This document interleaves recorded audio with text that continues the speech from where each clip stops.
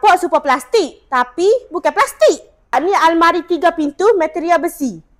Kakak, siap main sekali dengan kunci. Lepas tu dalam dia ada security box. Nak letak PT 2 juta, 3 juta pun boleh belakang ni kakak. Boleh letak password kita sendiri. Lepas tu ada kompartmen sebelah dia pula. Ada kunci lagi, memang secure lah orang kata. Ada kompartmen, ada tempat gantung, kompartmen pula bawah. Tengok memang luas lah. Saiz dia pun tinggi 6 kaki, lebar dia 4 kaki kakak. Kalau kakak beli hak ni tak payah beli macam solid dah orang kata. Ada siap sekali dengan cermin, comel dah kalau kita nilik kak. Dia memang lah sangat estetik. Bawah kaki dia pula tengok ha. Ada ruang-ruang lagi.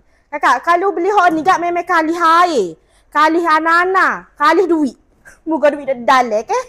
Harga dia kakak boleh wasabi kita ataupun tekan link dekat bio. Hak penting boleh mayu wak di MM Prabut deh.